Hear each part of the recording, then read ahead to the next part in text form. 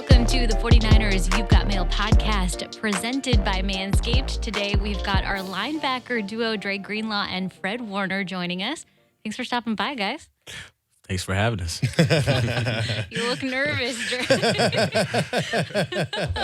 Don't be nervous. It's going to be fine. All right, we're going to start with an easy one, okay? Just to calm the nerves a little bit. We're fresh off the Christmas holiday. How about you guys start off sharing your favorite Christmas thing that you did over the one day you had off? For me, this was a special Christmas because it was the first one me and my wife had in our new home. Had my mom-in-law in town too, so it was just the three of us with our dogs, and it was just cool to just spend all day Christmas Day at the house. Didn't have to go nowhere, just kind of being together as a family, opening some gifts and watching ball. That's a good holiday. What about you, Dre? No doubt. So I just kind of like Fred, just stayed at home with my girl, not wife yet, but my girl, and and my son. I got a 2-year-old, Kamari. And, it was fun just being able to spend some time with him. And, he's been eyeballing the presents under the tree for about a month now. So he's been grabbing them and taking them to his room. So it's fun to be able to, watch him open the presents. And, he was turned. So it was a good time. All right. So follow up to that. What's the best gift you either gave or received? It sounds like the best gift you gave for you, Dre. Probably be the best gift would probably be just I got him a nice little Batmobile car that he can sit in and drive. It's automatic. Ooh, and yeah. I can drive it nice. with no doubt. I can drive it with I can actually control it with the remote control. Mm-hmm. So he can't drive it quite yet, but it's fun. He'll get there. I don't think it's going to take wrecking long. him and stuff. It's fun. Yeah. What about you, Fred?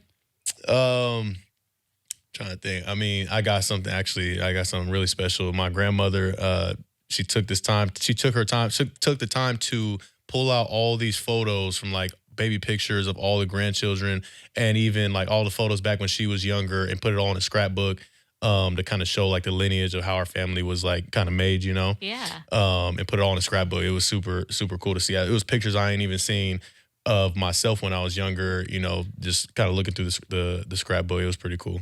Are you one of those people that looks exactly like you did as a kid and you're just taller, or do you look completely different? Yeah, except, the beard and dreads and stuff kind of changed a little bit. But for the most part, yeah, you can see little Fred in there. All right, guys, it's week 17. The NFC West is clinched. Teammates of yours are on the mend, so great news there. But still 2 weeks left to go in the regular season. What's the mindset heading into Vegas? For us, I feel like, it's about us, you know what I mean? We don't really focus on, how many games we got left or who we're playing. It's about, just getting the best out of ourselves and, each and every person. So, we just focus on ourselves, on fundamentals, our technique, and just continue to better ourselves. And, that's going to carry on through the rest of the season and into the playoffs. So, yeah, we're entirely just focused on ourselves. Fred, I know you were happy about the win last week, but you said something about the 20 points that y'all gave up. So here's the time to elaborate if you want. Oh, yeah, no. And I tried to explain, that the number one always is the win, right? Mm-hmm. I'll never take away from a win. That's the goal in this league. It's hard to win in the league. The fact that we've won 8 straight is a huge testament to everybody just being locked in and every week finding ways to win. But there has been a standard set, for our defense. We do pride ourselves on being the best defense in the NFL. And so with great power comes great responsibility. When you're known as that, you got to come out every single time and be at your best, because everybody's good. Everybody's got great talent. Everybody got good running backs, receivers, can throw the ball. And it's our job to make sure that they don't do those things. And we make sure that we make it as easy as we can for our offense. If they just need to score 3 or 7, that needs to be the goal for our side of the ball, is holding teams to nothing. And like Dre said, he hit it on the head, just continuing to find ways to improve and be at our best. So we're peaking at the right time going into the playoffs. So the Raiders had a change at quarterback this week. How does that affect game planning headed into Sunday's game? I don't think it affects our game plan much at all, They got a guy that's going to come in and play that can throw the ball. So, he can make all the throws that, the other guy can make as well. And he's been in the system for a little minute. So, I mean, they're not going to come in and, just, give us the game. You know what I mean? They're going to come in and compete. They're going to fight. So we think, he's going to come in and do, all the same, same things that they were going to do before. So yeah. So you said it yesterday, Dre, the Raiders haven't had the season that they probably envisioned for themselves. They have, however, been in 12 one-score games this season. What is tricky about facing a team that's battle-tested like that? Yeah, I mean, it's just you see how close games are in this league, and you look at a team like the Raiders. They've been, like you mentioned, in all these one-score games and haven't quite found a way to win a lot of those games. But then you look at a team like the Minnesota Vikings, who are on the complete opposite end of the spectrum, who've been in, I think, 11 or 12 one-score games and have found ways to win every single one of those. Yep. And so that's how close it is, and it comes down to maybe one or two plays in the game to where that's the defining moment on when you're gonna win or lose. So we're not taking this team lightly at all. We're going into this game fully prepared, making sure that we're on our P's and Q's, and we got to execute at a high level to make sure we get the result that we want. So you guys are looking ahead to the playoffs, but I want to look back at some of the big season moments.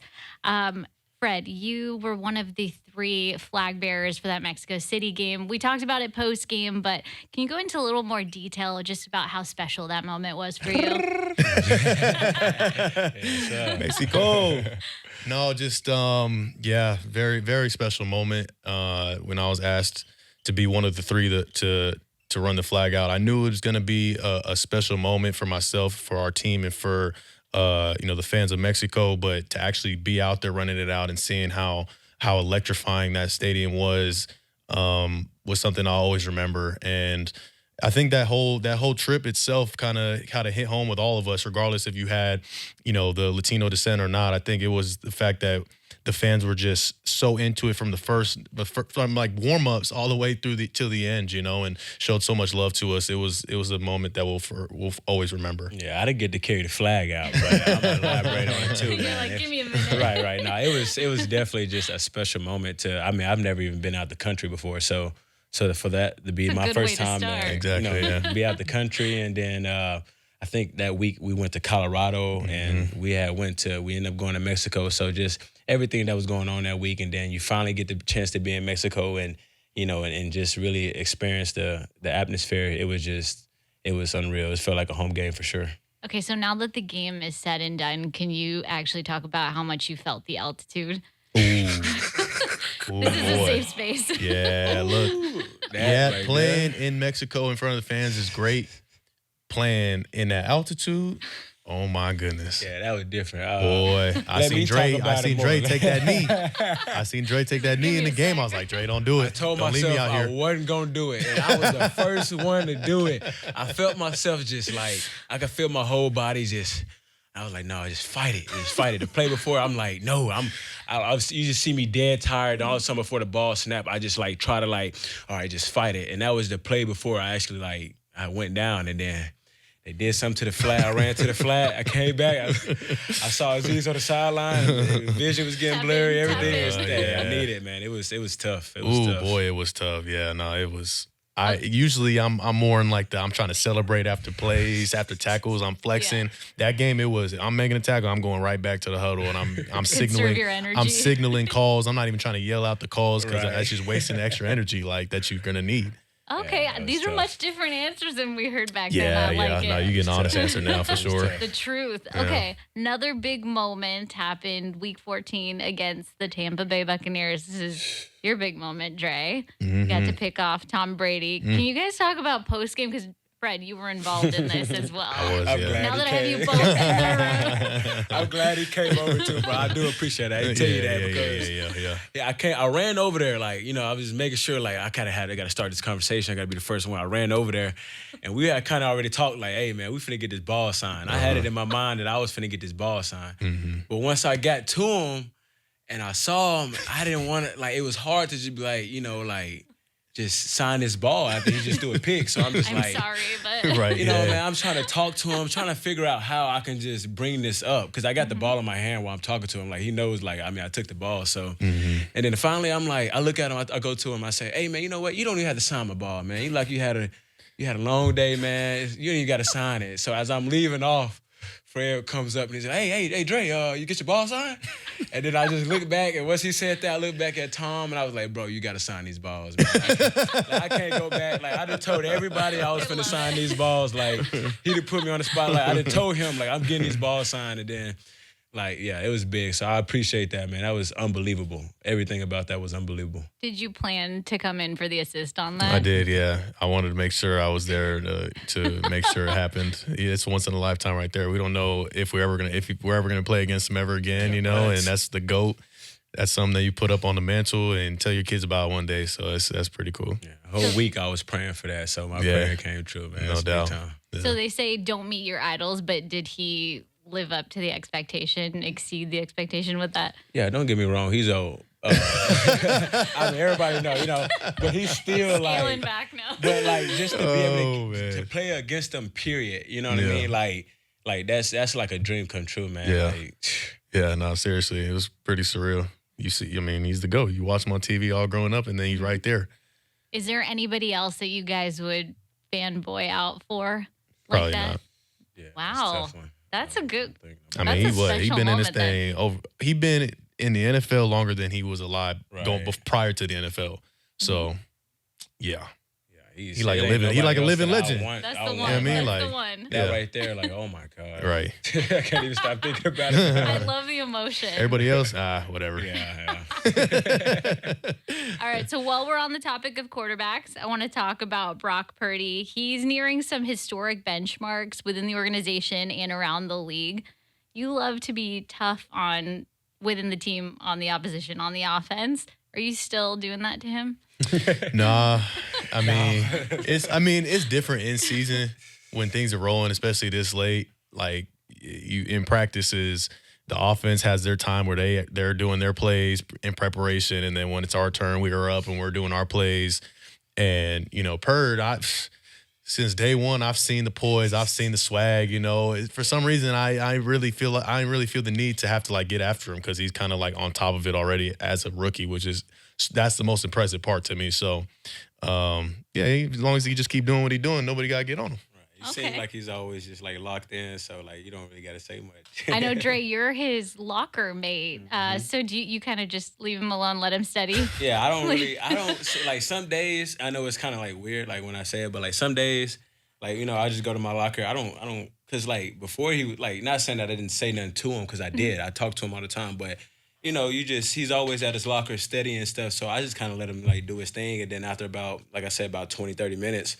You know, when everything's kind of broken, I'm like, hey, man, how you doing? You know what I mean? But, After study break, exactly. yeah. But, like, when I first come to the locker, like, he's locked in, steady in. That's just who he's been since he's came. So, yeah.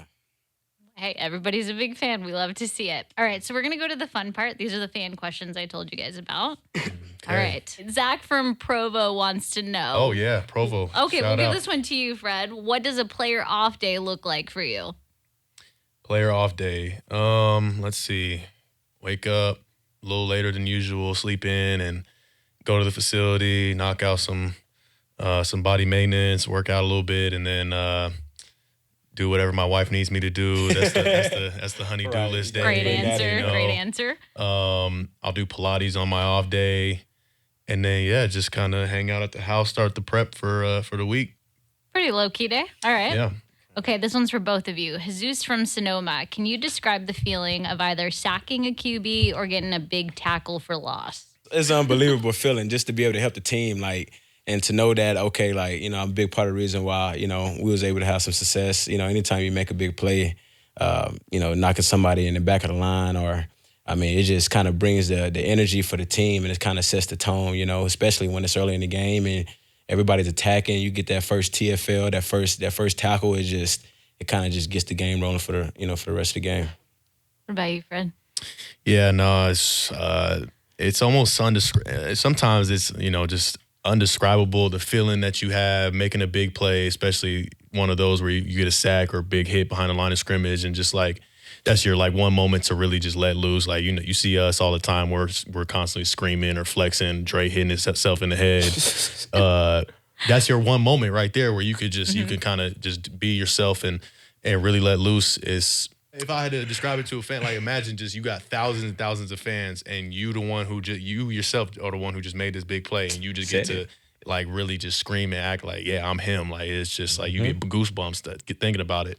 That's what you dream about, is making those type of plays. Big play Dre and Fred Warner always. You guys are like the dynamic duo of big Fred plays. Warner. Yep. All right. So for Fred, Macy from Montecito, what's your strategy for coin tosses? And is that a high pressure situation for you? Never fail, baby. The key is to not make it a high pressure situation. You just got to go out there and be like, oh, if you lose, it is what it is. But then, like he said, tails never fails. Right. Most of the time. You got to kind of have a feel for it, though. It's like you might have that little feeling in that one game where it's like late in the playoffs last year or late in the season last year, for some reason, heads was like that was the winner. It's just a feeling. It's a feel, though. You got to have the feel. Most of the time, it's tails. And then when you're at home and they're calling the coin toss, it's like, oh, yep, I knew that wasn't going to be it. So then, we win, and then it's defer always. Wow. Okay. Yeah. So it's you just have to feel it out then. Yeah, it just comes to you. All right. 50-50. For both of you, I think football players are typically superstitious. Patrick from Santa Ana, what is a football superstition you take the most seriously? Superstition? I just, after we go out of the tunnel and then, everybody's kind of getting ready for the national anthem. Well, before I get ready for the national anthem, I give me a prayer in. Just something that I started actually in the NFL, but it's kind of a superstition now because, I think at that time and moment, it's just kind of like my moment to kind of give thanks and, glory to God. And so it's just kind of something that I've been doing, and I kind of can just, give him thanks for just allowing me to be on the field, allowing me to be out there. And that right there kind of just sets the tone for, how I feel about, just the game and everything. That's a good one. That's a solid one. Yeah. I was going to say the same thing. All right, we got a little prayer for that everything goes well. Yep. All right, so to close things out, guys, if you don't mind sharing, what's one New Year's resolution for 2023? Resolution. Told you it was a hot seat, Dre. I mean, for me, I'm not a big like New Year's resolution guy, to be honest. I'm constantly like through it. And I know it's like probably sound like, oh, Fred doesn't want to do New Year's resolution. He's too good for that. But like it's like constantly trying to find ways to like get better and like it don't wait till the new year to finally say, I'm gonna go out and start working out, or I'm gonna do some weight, or I'm gonna start reading books. Like, nah, like it's just you gotta do that all year round. It can't just be something you do at the new year. But the new year obviously is a great time to start something new if you're going to do that. But this is your sign, everyone that's listening, for a little motivation. Start today. Sorry, but don't want to rain on nobody parade. But hey. Start today. It's not. What's the date? The 27th. You got a couple more. You got a couple more days. Two days. Get it out of the way. Start today. What about Dre? Do you got one?